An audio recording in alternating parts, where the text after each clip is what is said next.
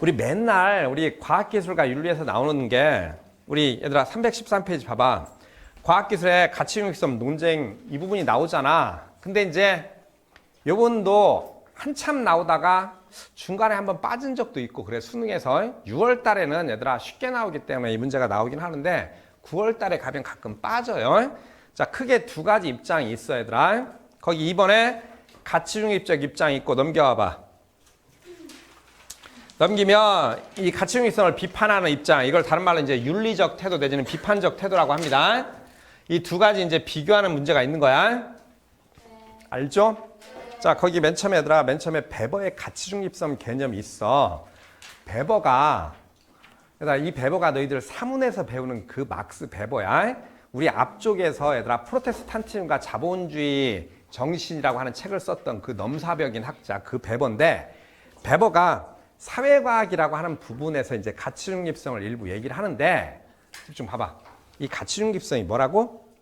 자, 거기 1번에 뭐라고 써 있어? 베버는 사실 판단과 가치 판단을 구별을 해야 된다고 얘기를 해. 밑줄 쳐봐. 사실 인식과 가치 판단을 구별을 하자. 아니면 사실과 가치를 마구 혼동하면 학문적인 비판이 제대로 이루어질 수 없다라고 놓고 보는 거야. 오케이? 그걸 이제 가치중립성이라고 하는 건데, 사문에 조금 더 이제 자세히 나오는데, 집중. 학자가 무조건 가치중립성을 가져야 된다. 이 뜻이 아니라 사실 문제를 연구할 때는 내 가치로 사실을 왜곡해서는 안 된다. 이런 뜻을 의미하는 거야. 오케이? 이제 그 가치중립성 개념 가지고 이제 과학기술을 이제 어떻게 바라볼 거냐. 첫 번째 뭐라고 써 있어? 과학기술에 대해서 우리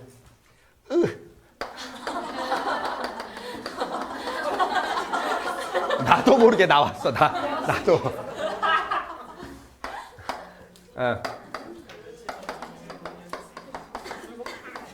자, 나도 모르게. 자, 가치중립적 입장, 가치중립적 태도.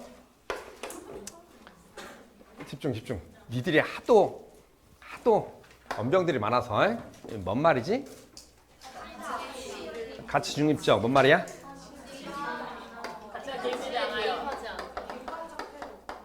객관적이다 이런 뜻이야.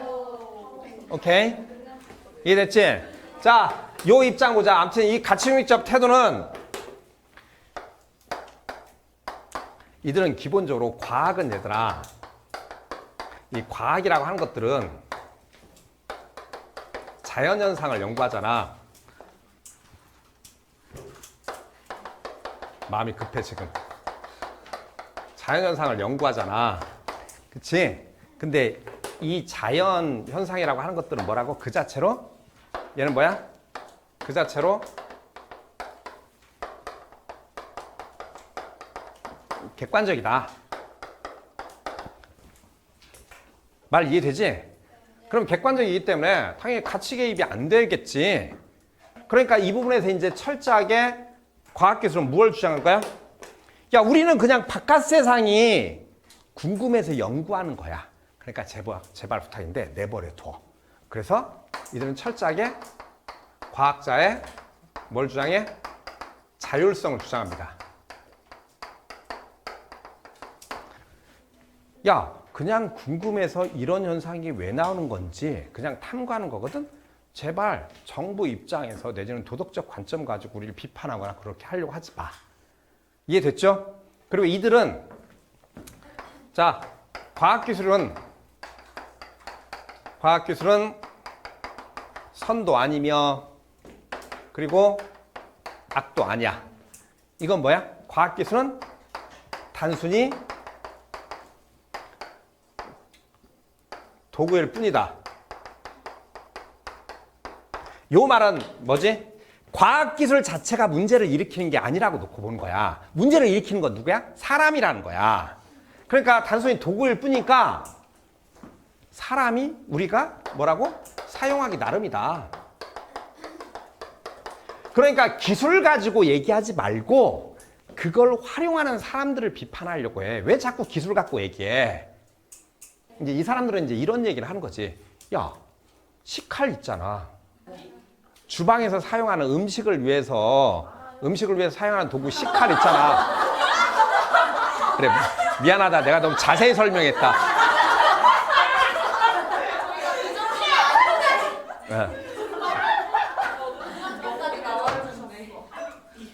뭐 이렇게 좋아해? 니들이 하도 말을 못 알아들으니까 그런 거 아니야. 자, 야, 봐봐. Shut up. 나 shut up, shut up. 식칼 있잖아, 식칼. 뭐지?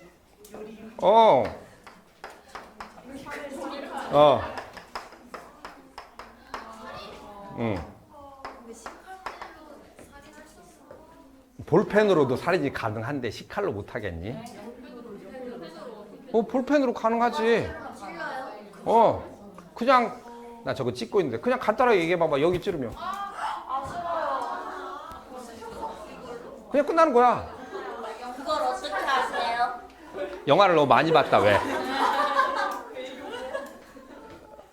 나름 설득력 있는 얘기긴 한데 우리 책에서는 아무튼간에 이 입장을 비판하는데 이 입장은 이렇게 얘기를 한다고. 근데 이 얘기만 듣고 나면 그래 맞는 얘기야 라고 얘기할 수 있는데 이게 이제 우리 뒤에서 이제 이 입장을 바로 비판을 할 거야.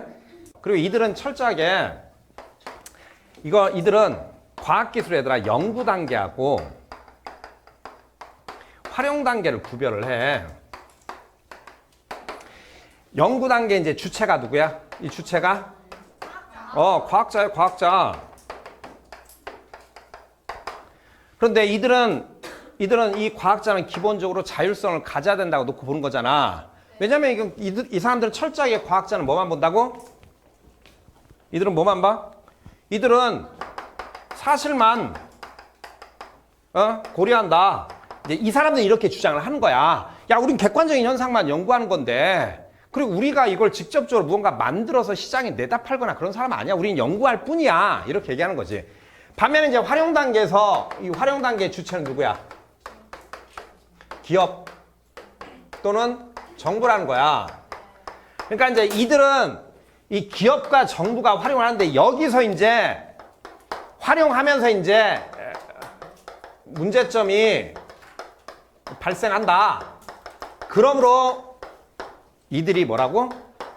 이들이 책임의 주체다. 왜 자꾸 과학자한테 얘기하느냐? 과학자는 오로지 그냥 객관적으로 연구하는 사람일 뿐이다. 그리고 과학기술은 그냥 객관적인 현상일 뿐이니까 자꾸 과학자에게 책임을 요구하거나 그러지 마라. 오케이? 이것만 들으면 마치 타당한 얘기처럼 보여. 거기 얘들아 책 봐봐. 그래서 가치중립성을 주장하는 학자 거기 아래쪽에 5번에 봐봐. 나와 있지? 자, 야스퍼스가 뭐라 그러지? 기술은 그 자체로 선하지도 악하지도 않은 수단이다. 푸엔카레라고 하는 사람은 야스퍼스는 얘들아 저기 독일의 철학자고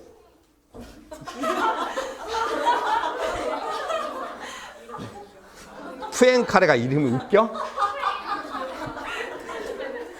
푸행이야? 푸행? 카레라고 불러? 나 이것들 진짜 공부하기 싫으니까 별짓을 다 해 진짜. 자, 봐봐. 야, 푸엔카레는 수학자야, 수학자. 야, 그래서 봐봐. 거기 개념도 수학적인 걸로 제시를 하고 있잖아. 봐봐. 과학과 윤리는 한 점에서 접하기만 하는 두 개의 원과 같이 별개의 영역이다.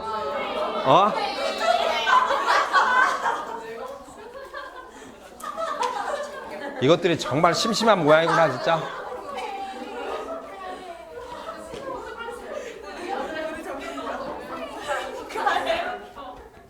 Shut up. 자, 얘들아, 그 다음에 가치중립성을 비판하는 태도. 우리 이제 비판적 태도 내지는 이제 집중. 비판적 태도 내지는 이제 거기 선생님이 써놨지. 윤리적인 입장, 윤리적 태도라고 써놨는데 이들의 주장을 핵심적인 주장은 뭐냐? 얘들아, 과학기술을 윤리적으로 검토해야 된다라고 하는 입장이야. 오케이? 우리 바로 이거 끝나고 뒤에서 요나스 할 텐데 이 입장이 누구냐면 이 입장이 바로 요나스의 입장이야. 요나스가 이제 이걸 주장을 하는 사람이야. 이해됐지? 자, 앞에 우리가 가치윤리적 태도가 얘들아 연구, 과학기술을 연구하는 과정을 두 단계로 나눴어. 연구 단계가 있고 그 다음에 또 뭐가 있다고 그랬지? 활용 단계가 있다고 얘기를 했잖아. 자, 가치윤리적 태도는 연구 단계에서는 자기들은 객관적인 현상만 연구한다. 그러니까 자기들은 원래 가치를 가지고 있지 않고 객관적으로 연구한다. 자꾸 이런 얘기를 하는데 연구 단계에서 이제 비판적 태도는 이렇게 얘기해. 야, 네가 그거 왜 연구하니? 과학자에 관심이 있어. 그치? 내지는 관심, 내지는 연구 동기라고 하는 게 있어. 그럼 보자. 얘들아, 이게 객관적인 거니? 아니지. 이미 이 부분에서 이제 비판적 태도는 뭐라고 하냐면 이미 여기서 뭐가?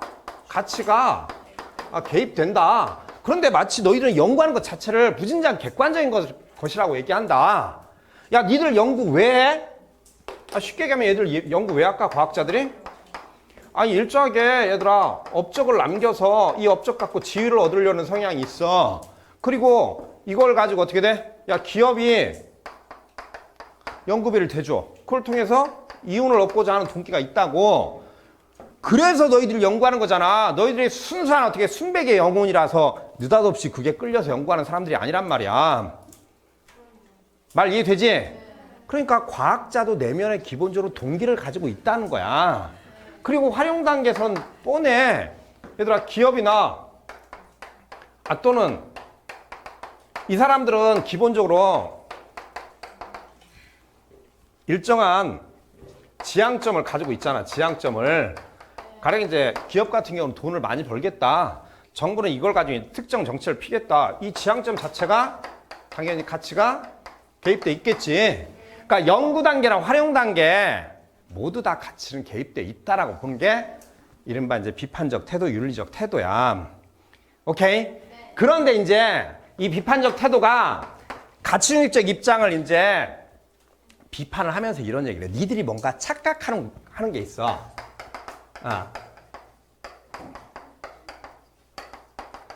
가치윤리적 태도가 착각하는 내용이 있다.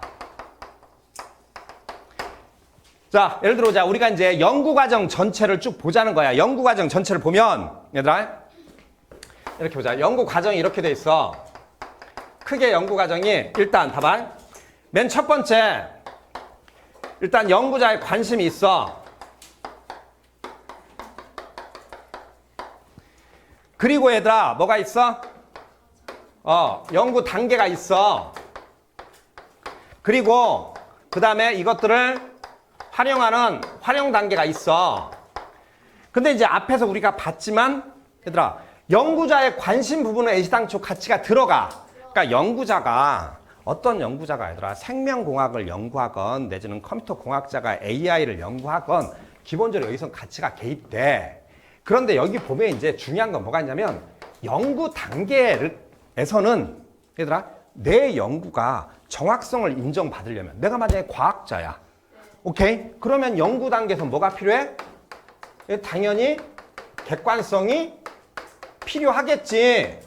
내가 연구를 조작하거나 왜곡하면 난 졸라 나쁜 놈이 되는 거니까 이 객관성이 유지될 때 나는 연구자로서 내 업적을 인정받게 되는 거잖아. 내 말 듣고 있지? 네. 그런데 여기서 왜 그래? 듣고 있어? 나는 말하고 있다, 시앙. 이제 비판적 태도가 이렇게 얘기하는 거지. 이 연구 단계에서 객관성이 필요한 건데 마치 너희들은 이걸 연구 과정 전체로 착각했다는 거야. 이 부분을 연구 과정 전체로 착각을 했다. 이게 이제 비판적 태도의 주장이야. 그 부분은 니들 얘기대로 객관적인 측면이 있긴 한데 그 부분이 다가 아니거든. 그리고 너 여기서 가치 개입하잖아. 그리고 이쪽에서도 가치 개입 들어간단 말이야. 근데 너희들 마치 순수하게 객관적인 것처럼 함부로 얘기했어. 이해됐니? 그걸 얘들아 이제 책 봐봐. 그걸 조금 이제 교과서에서 어려운 말로 뭐라고 써놨지? 정당화 맥락이라고 써놨어. 이 정당화 맥락이 바로 뭐냐면 연구 단계를 의미하는 거야. 이 연구 단계에서는 객관성이 필요하긴 해. 그런데 연구 단계에 들어가기 전에 이미 연구자의 관심 부분에서 뻔히 알지만 가치가 개입됐단 말이야. 그러니까 연구자가 무엇을 연구하든 간에 그것들은 일단 가치 개입이 들어간 상태에서 연구를 하게 된다는 거지. 말 이해되지? 네. 응. 그럼 이제 궁극적으로 뭐라고? 이들의 궁극적인 주장은 뭐야? 궁극적인 주장은 당연히 자 봐봐. 연구자의 특정 관심이라든가 기업이나 정부가 활용하는 단계가 있지. 이 두 단계에서 가치가 개입되니까 자 여기 봐봐. 쭉 보니까 이 부분들 있잖아. 이 부분들을 철저하게 윤리적으로 검토를 해야 된다. 말 이해돼? 자, 그냥 우리가 간단하게 얘들아 생각해보자. 야, 연구자가 배아복제 하려고 해. 내지는 이제 체세포 복제를 하려고 해. 자, 그게 완전히 순수한 의도라고 볼 수 있을까? 아니잖아. 근데 그 문제가 앞으로 사회에 무슨 일을 일으킬지 검토해서 규제를 할 필요가 있다는 거야. 말 이해되지? 응. 자, 그리고 얘들아 아래쪽에 거기 314페이지 봐봐. 314페이지. 5번에 윤리적 태도를 주장한 학자 거기에 하이데거라고 나와 있죠? 우리 하이데거 어디서 배웠지 얘들아? 죽음관. 하이데거의 철학적 입장을 뭐라고 한다 그랬지? 실존주의. 실존주의. 그 실존주의 핵심적인 주장은 뭐였지? 내 주체성을 회복하자. 내 본래적 실존을 회복하자. 오케이? 거기 하이데거가 뭐라고 써 있어? 과학기술을 가치 중립적인 것으로 고찰할 때 우리는 무방비 상태로 과학기술에 내맡겨진다. 얘들아 한번 집중. 한번 사용하기 시작한 과학기술을 참 인간이라는 존재가 그걸 못 버려요. 그게 설령 극단적으로 안 좋은 게 드러나지 않는 이상 우리는 그걸 쉽게 못 버려. 예를 들면 그 잡초 같은 거 없애는 거 뭐라고 하지? 제초제. 그게 쉽게 잡초를 없애니까 쓰는 거야. 그런데 그게 풀들만 없애는 게 아니라 토양 자체를 훼손시키는 경우가 많단 말이야. 한번 거기에 우리가 그걸 쓰다 보면 거기에 그냥 의존하는 경향이 커. 그냥 니들도 봐봐. 휴대폰 그냥 한번 쓰다 보면 그냥 손에서 떨어질지 모르잖아. 그 휴대폰 잃어버리면 난리 나잖아, 그냥. 그렇잖아. 세상이 무너지는 것 같아? 물질적 풍요가 항상 행복을 만드는 건 아닌 것 같아. 부족함을 느낄 때 우리가 행복감을 좀 느낄 때가 있거든. 부족한 상황에서 그게 조금 있을 때. 나 혼자 얘기하고 있다, 연병을. 아무도 관심 없어. 예를 들면 뭐가 있는지. 아니, 방금 얘기한 사진 같은 경우 봐봐. 놀러 가서 카메라를 들고 가서 찍고 나서 필름을 꺼내고 현상하고 그거를 보잖아. 그게 평소에 그게 항상 들고 있는 게 아니잖아. 어떤 특정한 행사 때 필름을 현상해 가지고 그게 이제 종이로 인쇄돼 갖고 나온 거잖아. 그리고 그거를 봐봐. 이거 자체가 비용이 들어가는 거잖아. 그래서 이걸 많이 갖고 있을 수 없잖아. 친구를 갔으면 이제 친구 수대로 이제 뽑지만 비용이 들어가잖아. 그걸 앨범에 하나씩 넣어놓고 찾아본단 말이야, 가끔씩. 그렇잖아. 뭐 희소성이라고 하는 측면이 있거든. 근데 지금 너희들은 휴대폰 카메라로 수만 장의 사진을 갖고 있잖아. 그렇잖아. 근데 그걸 한 번도 다시 안 찾아본다니까?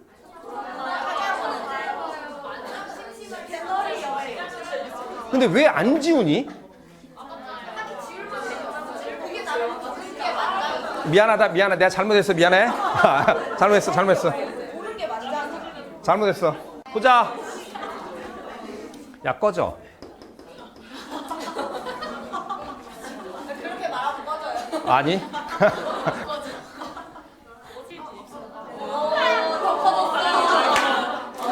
뭘. 진짜. 얘들아, 예시 문제 좀 보자. 다음 글의 입장에서 긍정의 대답을 할 질문을 보기 위해서 고른 것은 자, 제시문 봅시다. 과학자는 연구 실험의 결과가 인류의 운명에 긍정적 영향을 미칠지 부정적 영향을 미칠지를 객관적으로 예측할 수 없다. 과학적 발견을 어떻게 활용할지 여부를 결정하는 것은 과학자의 몫이 아니다. 그것은 가치 판단의 문제로 과학의 영역이 아니다. 과학자는 입증된 방법으로 연구와 실험을 진행할 뿐이며 오로지 진리 탐구를 목적으로 자신의 연구에 책임을 다할 뿐이다. 어떤 입장이야? 가치 중립적인 입장이야. 오케이? 어디서 알아? 어떻게 활용할지 여부는 과학자의 몫이 아니다. 객관적으로 예측할 수도 없다. 이 부분에서 활용이라든가 활용이라고 하는 사회적 책임 부분에서 지금 벗어나려고 하는 측면이 크다고. 이해되지? 그러면 다음 글의 입장에서 긍정의 대답을 할 질문들 봅시다. 기억번. 과학자는 연구 결과의 모든 활용에 대해 책임져야 되는가? 아니라고 하겠지? 니은번. 과학자는 연구의 외적 책임으로부터 우리가 뒤에서 바로 할 건데 외적 책임은 얘들아 거기다 써놔. 사회적 책임을 얘기하는 거야.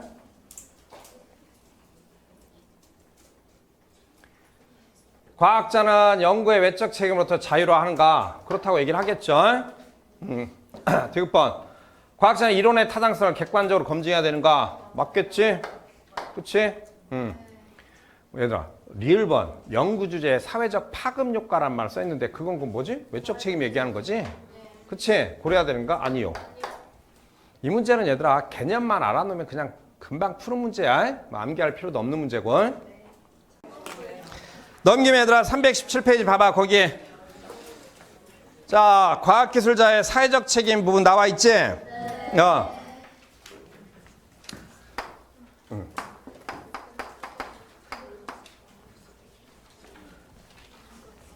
봅시다. 과학기술의 책임 부분이 있는데 자, 책임 부분이 크게 두 개가 있지? 뭐가 있어? 책 보면 얘들아 내적 책임 있고 외적 책임, 즉 사회적 책임 있는데 내적 책임이 의미하는 거 뭐야? 뭐지? 연구 단계에서 연구 단계의 책임을 얘기한다. 알죠? 그럼 이 구체적인 책임의 내용은 뭐야 얘들아? 책임의 내용? 거기 뭐라고 써있어? 표절하지 않는 거야. 표절하지 않고 조작하지 않고 오케이? 한마디로 얘기하면 뭐야? 객관성 유지하는 거. 이해되죠? 이 단계. 외적 책임은 다른 말로 뭐라고 해? 사회적 책임이야. 사회적 책임이 의미하는 건 뭐야? 이거 뭘 의미하는 거야? 사회적 책임은 연구 결과라고 씁시다.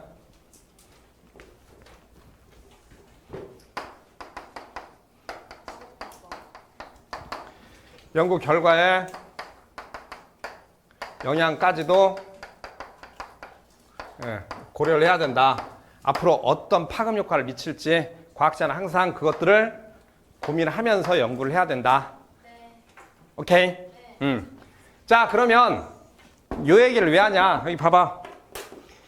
이 내적 책임을 요 입장을 얘들아 이것들을 강조하는 입장이 뭐지? 그 입장이 바로 좀 전에 우리가 문제에서 풀었어. 뭐야? 가치중립적 태도가 이 입장을 강조를 하겠지. 그치? 반면에 얘들아 비판적 태도는 우리가 이제 비판적 태도는 이 두 가지를 동시에 요구합니다. 오케이? 비판적 태도는 내적 책임하고 외적 책임 모두를 요구를 하는 거야. 이해됐죠? 그래서 아래쪽에 책 보면 얘들아 그 과학자의 책임 관계 해가지고 오펜하이머하고 하이젠베르크 내용이 나와 있어. 그치? 뭔 말인지 알지? 기억번에 얘들아 오펜하이머 거기 봐봐. 내가 원자폭탄을 만든 것은 사실이지만 원자폭탄의 사용에 대한 결정은 정치인이 내린 것이므로 내 책임 아니다. 근데 이게 말이 안 되는 게 뭐지 얘들아? 이게 어디에 사용될지 뻔히 과학자도 안다는 거지. 그러니까 봐봐. 우리 비판적 태도는 이렇게 얘기하는 거야. 선생님이 아까 식칼 얘기했잖아. 근데 우리가 주방용 식칼을 만드는 사람들은 그게 요리할 때 사용될 거기 때문에 식재료를 얼마나 정확히 절단할 것인지 고민하면서 그걸 만들겠지. 그치? 애시당초 거기에 가치가 들어가 있어. 반면에 얘들아 군대에서 쓰는 살상용 칼은 어떻게 하면 인체에 치명적인 상처를 줄 것인지 고민하면서 만든다고. 그래 당연히 생긴 것부터가 시카라고 달라 얘들아. 그 의도가 분명히 들어간 상태에서 만들어진다는 거야. 뭔 말인지 이해되지? 애시당초 연구하는 과정에서 의도가 충분히 들어가. 그런데 마치 니들이 가치중립적인 것처럼 얘기한다는 거야. 지금 오펜하이머가 비슷한 얘기를 하고 있는 거잖아 지금. 뻔히 그게 어디에 사용될, 사람을 죽이는데 사용될 거 뻔히 알면서도 그걸 만들었는데 내 책임 아니다. 말이 안 되는 소리라고. 반면에 이제 하이젠베르크는, 오펜하이머는 얘들아 아인슈타인하고 같이 핵폭탄 만든 사람이야. 그러니까 일본에 떨어진 얘들아 핵폭탄을 만드는 책임자 중에 한 명이야. 그래서 그거를 아인슈타인도 만들고 나서 그게 떨어졌다는 얘기를 듣고 나서 오메라고 하면서 아무튼 울부짖었다고 얘기를 하잖아. 그게 어마어마한 사람이 죽을 걸 뻔히 알았기 때문에.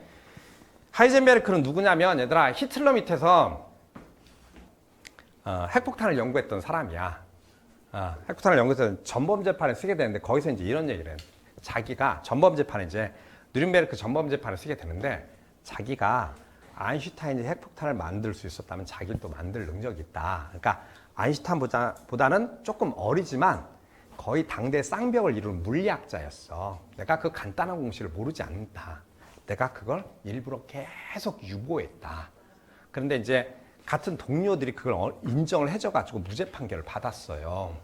그래서 이제 이렇게 얘기를 한 거야. 원자폭탄을 만든 사람은 책임을 져야 한다. 과학자는 한 개인의 차원만이 아니라 인간 공동체 차원에서 행동해야 하기 때문이다.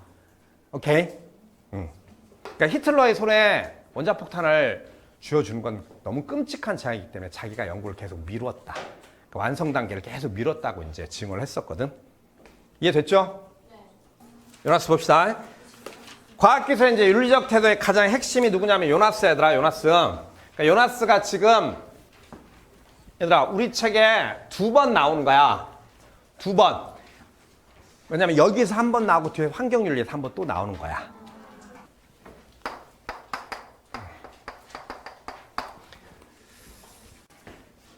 이름은 뭐죠? 한스야. 거기 써놨네. 한스 요나스야. 근데 이상하게 착각하는 친구들이 있어. 이름이 요나스라고 하니까 이게 여성스러운 느낌이 드는 모양이야. 그래갖고 자꾸 여성이라고 생각하는데 아니야. 독일의 이제 생태주의 철학자고. 그리고 이름은 한스인데 한스는 그 동네에서 뭐야? 철수야, 철수. 오케이? 철수야. 철수나 민수거나 뭐 대충 아무튼 간에. 자, 거기 봐봐. 자, 봅시다. 기본적으로 거기에 선생님이 써놨지. 인간중심주의 윤리를 철저하게 비판하는 입장이야. 얘들아, 그러면 또 물어봐야지. 선생님이 하는 일이 그거니까. 인간중심주의 윤리가 뭐지? 인간만 주체고, 이건 뭐지? 자연은 수단이다. 이제 요걸 이제 비판한다는 거겠지? 네. 오케이? 그런데 이제 이 인간중심주의 윤리 밑바닥에 뭐가 있냐면, 얘들아, 봐봐. 자연을 수단으로 이용하기 위해서는 우리는 오랜 과정에서, 얘들아, 인류의 문명이 오랜 과정에서 무엇을 만들었어? 과학기술을 개발을 했어. 결국엔 과학기술을 개발함과 동시에 우리가 자연을 지배하게 돼. 그래서, 철저하게, 그냥 이렇게 쓰자. 자꾸 헷갈려 이거.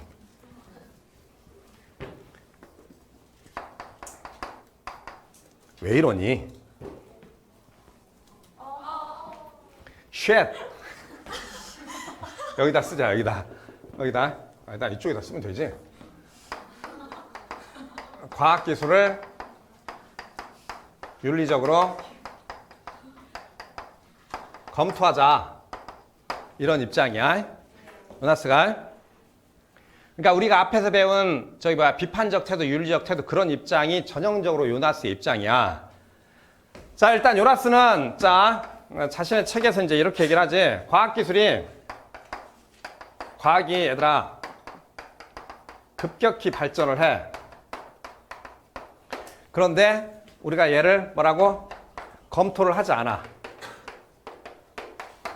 이게 하나하나 기술이 과연 인류의 생존과 인간의 존엄성을 과연 지지해 주는 건지, 검토를 하지 않아. 그러다 보니까 무슨 일이 생긴다? 윤리적 공백이 발생한다고 얘기를 해. 윤리적 공백이란 말 뜻이 뭐지 얘들아? 우리가 특정 과학기술에 판단하지 않고 그냥 맹목적으로 응용을 해버리는 거야. 그러다 보니까 자 무슨 일이 생겨? 이를 위해 생존이 위협받는다 이렇게 얘기를 해. 왜 위협받지 얘들아? 아무 생각 없이 과학기술을 얘들아 응용하다 보면 무슨 일이 생겨? 이 윤리적 공백이 한편으로는 생태계를 파괴하잖아. 생태계를 파괴하면 뭐라고? 당연히 인간은 살 수가 없다고. 그래서 요나스는 뭐라 그러? 생태계 위기는 생태계의 문제가 아니라 인류의 문제라고 얘기해. 가령 이제 요나스는 뭐라 그러냐면 자연은 인간 없이 살아가는데 아무런 문제가 없어. 뻔히 알지만 우리가 사라지면 더 풍성해져. 그치? 근데 인간은 자연 없이 못 살아. 그러니까 생태계 위기는 요나스는 뭐라 하냐면 사람들이 자꾸 생태계 위기라고 하는 걸 착각한다는 거야. 생태계 위기는 생태계 자체의 위기가 아니라 우리의 위기인데 용어가 그러다 보니까 마치 우리는 아무 문제 없는 것처럼 착각한다. 이해됐지? 자, 그리고 이제 보자. 근데 아무튼 간에 우리는 얘들아 이 과학기술을 발전시키면서 우리가 자연을 이제 전형적인 이제 인간 중심주의 윤리겠지. 자, 우리가 자연을 지배했잖아. 요 과학기술을 통해서 우리가 자연을 지배하면서 근데 이 지배는 곧 뭐야? 요나스는 뭐라 그래? 권력이야. 즉 과학기술이 인간에게 권력을 줬어. 근데 이제 요나스는 여기서 뭐라고 하지? 야, 얘나 지금이나 잘 생각해봐봐. 야, 우리가 지금 살고 있는 민주주의 하에서 어떤 권력자가 있지? 사회 문제 생기면 누가 책임져? 권력자가 책임져. 야, 과거 신분제 사회에서 사회 문제가 생기면 왕이 책임졌어. 야, 뭐야 이거? 표정이 왜 이러니? 권력이 있다라고 하는 것들은 뭘 의미한다? 그만큼 권력은 책임을 요구한다. 근데 우리가 지금 무엇을 지배하고 있어? 자연 생태계. 그러니까 이 책임에 이제 범위가 있지. 이 범위가 어디까지냐는 거야. 이 범위가 어디까지야?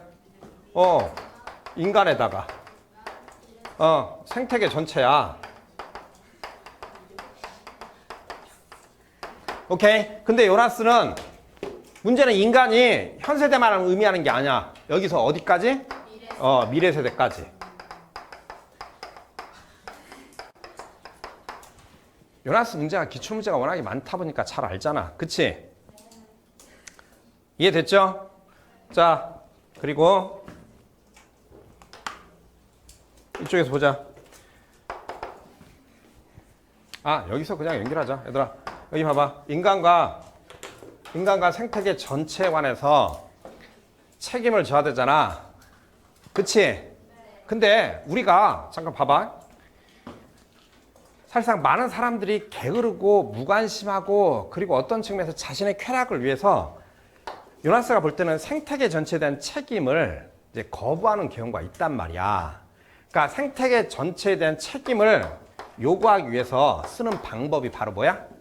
공포의 발견술이라고 얘기를 해. 자, 뭐라고?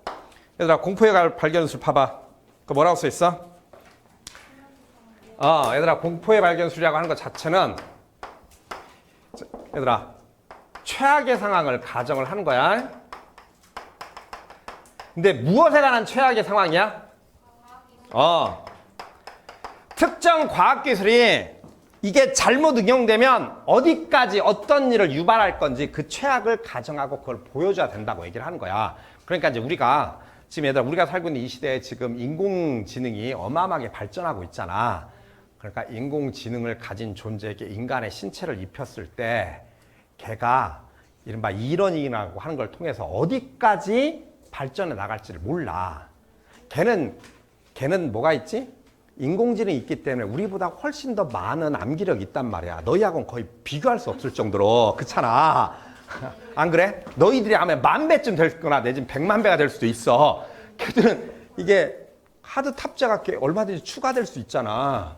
그러다 직접적으로 인터넷하고 연결돼서 언제든지 검색할 수가 있고. 근데 문제는 걔가 감정이 없잖아. 걔가 감정이 없잖아. 감정이 있으면 인간이야, 그건. 그렇잖아. 정서가 있으니까. 우린 정서 때문에 주저하는 행위들이 있단 말이야. 없으면 사이코패스잖아. 그렇잖아. 그러니까 이제 그 최악의 상황을 항상 고려해서 이걸 고려해서 뭐 하자는 거야? 여기서 과학기술을 뭐 하자? 제어하자 이렇게 얘기하는 거잖아. 이해되죠? 자, 그리고 여기 마지막. 자, 요나스가 얘기하는 얘들아 책임의 범위 있지. 그러니까 잠깐만, 요나스는 얘들아 생태계 전체에 대한 책임이야. 그래서 아까 선생님 맨 처음에 요나스 설명할 때 뭐라 그랬지? 생태주의 입장이야. 근데 생태계 전체에 대한 뭘 얘기해? 생태계라고 써야지. 얘들아 생태계에 대한 뭘 얘기해? 무조건적인 책임을 얘기해. 거기다가 더불어 또 뭘 얘기하냐? 예방적 책임을 얘기하죠.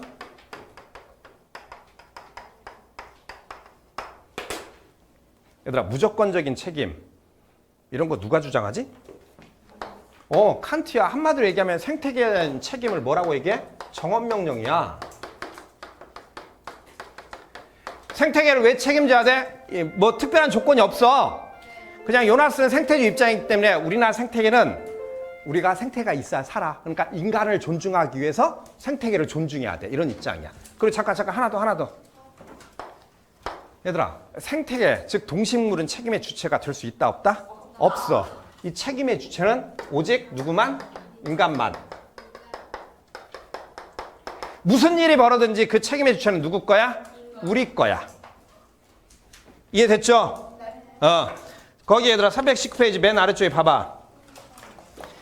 인류가 존속해야 한다는 것은 당위이므로 인간뿐만 아니라 다른 존재들에 대한 무조건적인 책임을 요구한다. 이렇게 써놨어. 네. 자, 요나스 공포의 발견술. 집중. 요나스가 공포의 발견술을 왜 얘기한다고 했지? 얘들아 이게 우리가 과학기술을 제어하기 위한 방법이라고 그랬잖아. 우리가 맹목적으로 과학기술에 대해서 낙관적인 측면만 찾고 검토를 안 하고 응용하다 보면 결국엔 생태계 전체를 파괴시키고 인간 소외 현상을 유발한다. 봅시다. 오늘날의 과학기술은 무한한 진보를 거쳐 자연을 파괴하였으며, 지금 주어가 뭐지 얘들아? 과학기술이 자연을 파괴했다. 이제 인류의 생존 자체를 위협하게 이르렀다. 따라서 과학기술이라는 권력을 무비판적으로 사용함으로써 그것이 인간 자신에게 불행을 끼치지 않도록 통제하여 자신의 권력을 제어할 수 있는 새로운 윤리학. 요나스가 이 새로운 윤리학을 뭐라고 하지? 책임윤리라고 하잖아. 책임윤리. 뭔 말인지 알지? 자, 생태계 전체에 대한 책임, 미래 세대에 대한 책임을 얘기한다. 무엇이 우리의 나침판 역할을 할 수 있는가? 그것은 바로 미리 사유된 위험 자체이다. 그래서 미리 사유된 위험 자체. 뭔 말이지? 최악의 상황을 고려해 본다. 이 과학기술이 어디에 응용됐을 때 무슨 일이 생길지. 이해되죠? 전쟁의 처참함을 알지 못하면서 평화를 찬양할 수 있는가? 그러니까 우리가 전쟁을 겪어봤으니까 전쟁을 방지하기 위해서 노력한다. 우리는 원하는 것보다 원하지 않는 것을 더 잘한다. 그러므로 우리가 실제로 무엇을 보호해야 하는가를 알아내기 위해서 우리의 희망보다는 공포로부터 논의를 시작할 필요가 있다. 주로 이제 현실주의적 사람들이 이런 식의 이제 얘기를 하지. 그치? 저기 우리 베카리아가 범죄 예방을 위해서 뭐가 필요하다 그랬지? 공포가 필요하다. 평생 동안 종신 노역회에 처해 있는 사람들을 공개함으로써 예방을 위한 공포가 필요하다. 이런 얘기 하잖아. 손가락 힘이 세니. 응? 이해되죠? 왜 웃어? 응? 그러니까 인간이 생각보다 그렇게 이성적인 존재가 아니다 보니까 이제 현실주의적 경향을 갖고 있는 사람들은 항상 이런 얘기를 해. 자, 미래에 있을 수 있는 심상치 않은 상황 변화, 위험이 미칠 수 있는 전 지구적 범위, 그리고 인간의 몰락 과정에 대한 징조를 통해서 비로소 윤리적 원리들이 발견될 수 있다. 그러니까 그냥 한마디로 얘기하면 뭐야? 여기서 우리가 과학기술을 제어할 수 있는 윤리적인 원칙들이 나올 수 있다. 이해됐죠? 이러한 원리로부터 새로운 권력에 대한 의무들이 도출될 수 있다. 그럼 여기 새로운 권력이라고 하는 건 뭐야? 새로운 권력이라고 하는 건? 과학기술이 가지고 있는 권력, 그 권력들이 일정하게 이행해야 될 의무들이 존재한다. 됐죠? 넘깁니다. 뭐라고요? 아니, 아무것도 아니라고요. 이러한 원리로부터 새로운 권력에 대한 의무, 과학기술이 가지고 있는 권력, 그 과학기술이 어떤 의무를 져야 되는지 넘긴다. 자, 두 번째 봅시다. 우리 생태계에 대한 인간의 책임. 뛰어난 사고 능력과 우월한 사고로 인하여 가능하였던 기술 문명의 힘으로 하나의 생활 양식, 즉 인간이 다른 모든 것을 위험에 빠뜨리게 되었다. 야, 기술 문명이 모든 것들을 위험에 빠뜨렸대. 현세계에 들어오면서 오래전에 예고되었던 지점에 도달하게 되었으며 그로써 위험은 가시적이고 위협적인 것이 되었다. 그러니까 지금 요나스가 이 가시적이라고 하는 건 이제 우리가 어떤 위험에 처해 있는지 우리 눈에 보인다는 거잖아. 지금 우리가 이제 환경 위기 내지는 재앙이라고 얘기하는 것들이 시작되었다는 거지. 이성과 결탁한 권력은 그 자체로 책임을 동반한다. 자, 권력은 책임을 동반한다라고 얘기합니다. 책임. 그러니까 우리가 이제 어마어마한 과학기술을 통해서 엄청난 권력을 획득을 했어. 우리가 자연을 지배할 만큼의 권력을 획득했기 때문에 우리는 그에 대한 합당한 책임을 져야 된다. 이것은 예전부터 인간 상호간의 영역에서 자명한 일이었다. 책임이 최근에는 종전의 범위를 넘어서서 생물계의 상태와 인간 종족의 미래의 생존까지 포괄하게 된 것은 분명히 이러한 영역에 대한 권력의 확장과 연관이 있다. 말 이해되죠? 우리 지금 요나스가 어디까지? 생물계 전체에 대한 책임을 얘기하고 있어. 그리고 그게 무엇 때문이라고? 우리의 권력하고 연결돼 있다. 이 책임은 우리가 선택의 여지 없이 자신 외에 다른 것들과도 유대해야 하며 자신의 존재가 만약 동의하지 않는다 하더라도 그 유대를 일반적인 것으로 확대해야 된다. 자, 자신의 존재가 동의하지 않아도 일반적인 것으로 확대한다. 뭔 말이야? 무조건적인 명령이라고. 이 책임은 뭐야? 거기다 써. 책임은 정언명령이야. 얘들아, 생태계 전체에 대한 책임이야. 오케이? 그리고 하나. 요나스는 얘들아, 책임 능력은 인간밖에 없다고 얘기해. 얘들아, 환경에 관한 모든 문제는 싹 다 누구 책임이야? 우리 책임이야. 말 이해되죠? 예시 문제 봅시다. 요나스는 안 빠져. 지금 우리 책에서도 요나스가 이제 두 번에 걸쳐 나와. 일단 요나스를 지금 과학기술에 대한 관점에서 하나 나와. 요나스의 입장이 뭐라 그랬지, 얘들아? 가치중립적 태도야? 아니면 비판적 태도야? 비판적 태도야. 그리고 이제 뒤쪽에 환경윤리에서 또 요나스가 한 번 더 언급돼. 환경윤리에서는 요나스는 어떤 입장이야? 생태주의 입장이야. 왜냐면 자연 전체에 대한 무조건적인 책임을 얘기해. 오케이? 자, 제시문 봅시다. 다음 서양 사상가 입장으로 적절하지 않은 것. 어떤 개념 서술돼 있지? 공포의 발견술. 거기 이 첫 문장 밑줄 쳐봐. 우리에게는 악의 인식이 선의 인식보다 무한히 쉽다. 왜 그런다고? 우리는 싫어하는 거에 대해서 명확히 얘기할 수가 있다. 너 뭐 좋아하니? 하면 말야 여러 가지가 있는데 이럴 수 있지만 뭐가 싫어? 그러면 확실하게 대답할 수 있다는 거야. 그러니까 과학기술에 대해서 이 과학기술이 어떤 상태로 우리에게 이제 위험을 조장할 건지 우리가 그 최악의 상황을 가정할 수 있다. 이해됐죠? 그리고 아래쪽에 봐봐. 자, 새로운 유형에 적합하고 새로운 유형의 행위 주체를 지향하는 명법. 무슨 명법이야? 정언명령이야. 칸트의 정언명령을 변형시킨 거잖아.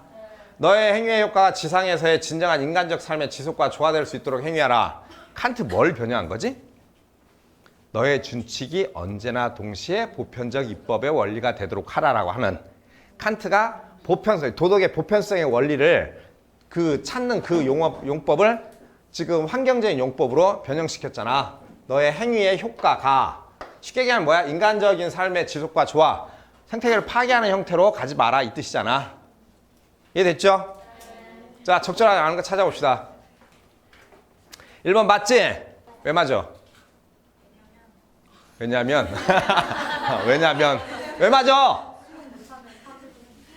야, 요나스가 과학기술의 발전을 멈추자 이렇게는 주장하지 않아. 멈추자고 하질 않아. 그게 인간하고 생태계에 어떠한 영향을 주는지 확인하고 응용하자 이렇게 얘기를 하는 거지. 그래서 수용할 수 있는 한에서라는 표현을 쓸 수 있는 거야. 이해됐죠? 자, 2번 맞아 틀려? 맞지? 이 부정적인 측면이 바로 뭐야? 여기서 얘기하는 공포의 발견술이잖아. 그치? 3번도 뭐 2번이나 3번이나 같은 얘기잖아. 그쵸? 4번은 뭐가 틀렸어? A면 B야라고 하는 거는 가업 명령이지? 그런데 요나스는 책임 윤리는 무조건 정원 명령 얘기한다. 답은 당연히 4번이겠죠? 그리고 5번. 사후적 책임뿐만 아니라 사전적 책임도 중시해야 된다. 맞지? 근데 여기 잠깐 중요한 거 뿐만 아니라 이렇게 써도 맞아? 그치? 그럼 여기서 얘기하는 사전적 책임이라고 하는 건 뭘 의미하는 거야? 예방적 책임이겠지. 미리 예견하고 그런 상황이 발생되지 않도록 미리미리 제어하는 거잖아. 그런데 이제 사후적 책임뿐만 아니라고 하니까 만약에 우리가 예견하지 못한 부분에 대해서 일이 터졌어. 누구 책임이야? 우리 책임. 무조건 책임의 주체는 인간이다. 우리가 예상하지 못한 부분에 대해서도 우리가 책임진다. 얘도 밑줄 쳐놔. 우리가 자꾸 이것만 신경 쓰는데 사후적인 것도 우리 책임이야. 이해됐죠? 얘들아, 거기 연습 문제에서 2번 문제 중요 표시. 우리 내적 책임하고 외적 책임에 관한 문제 중에서 선생님 볼 때는 가장 난이도가 높은 문제야. 오케이? 풀어봐. 같이 풀이를 하자. 내용이 얘들아 PPT에 담다 보니까 이제 우리가 보기가 지금 뒤로 가게 됐는데 여기 기억본 봐봐.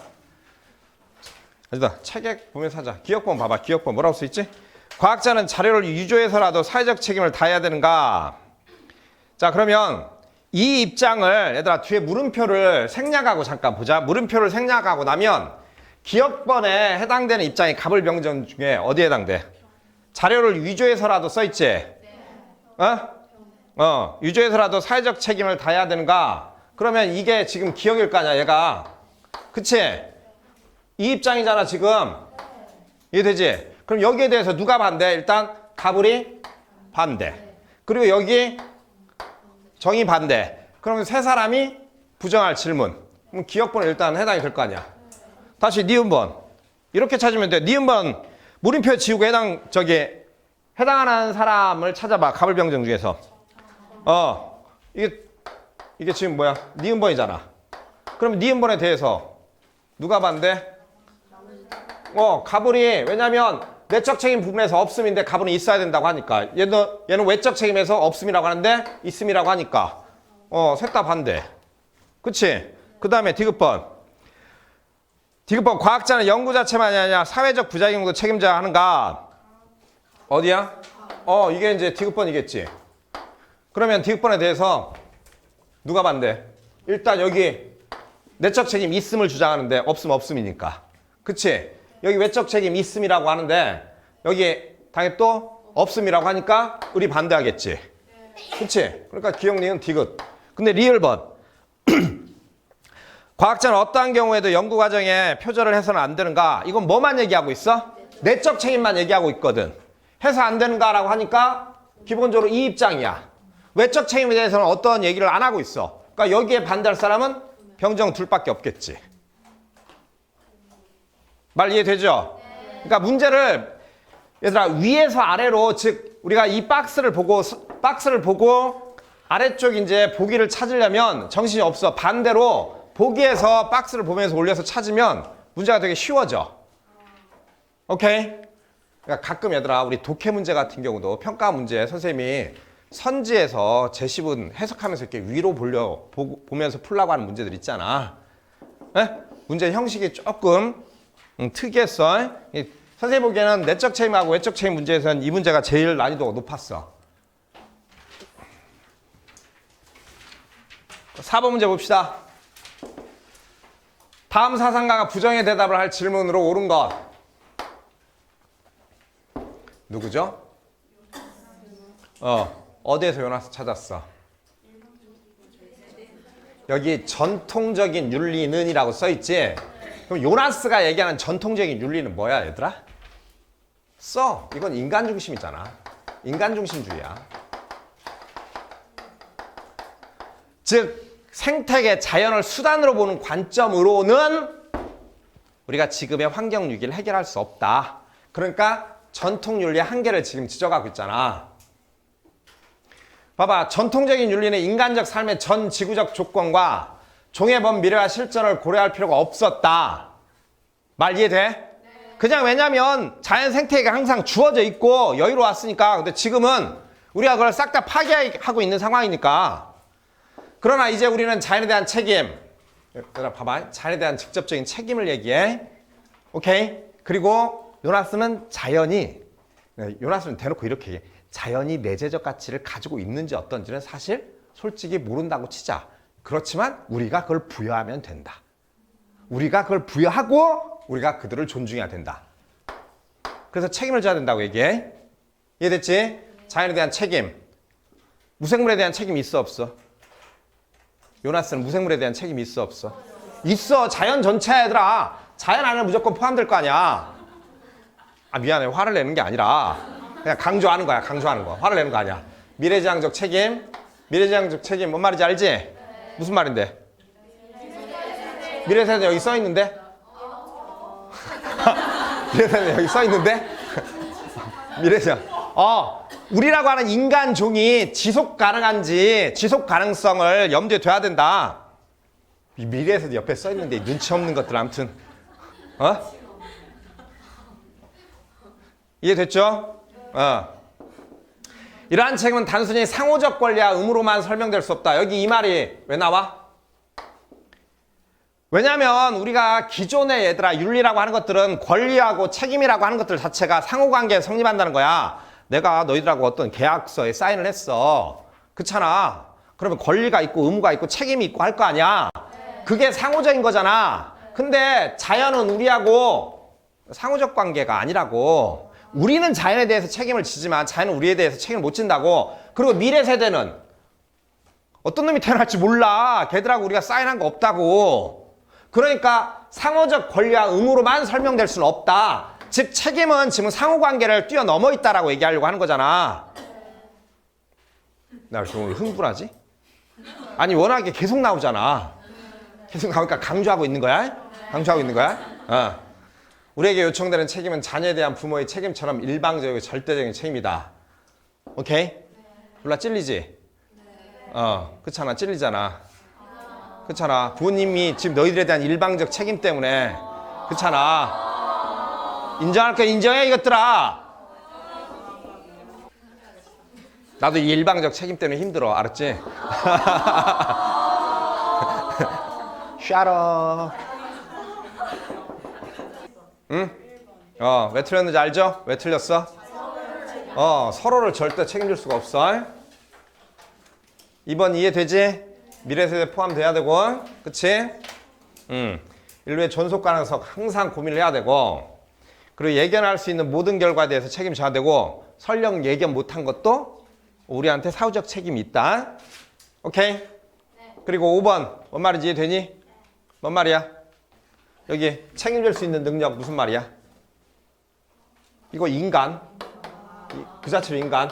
인간만 책임 능력이 있다고. 그러니까 저 말은 책임질 수 있는 능력은 즉 인간은 책임져야 한다. 이 말이야. 이해됐죠? 네.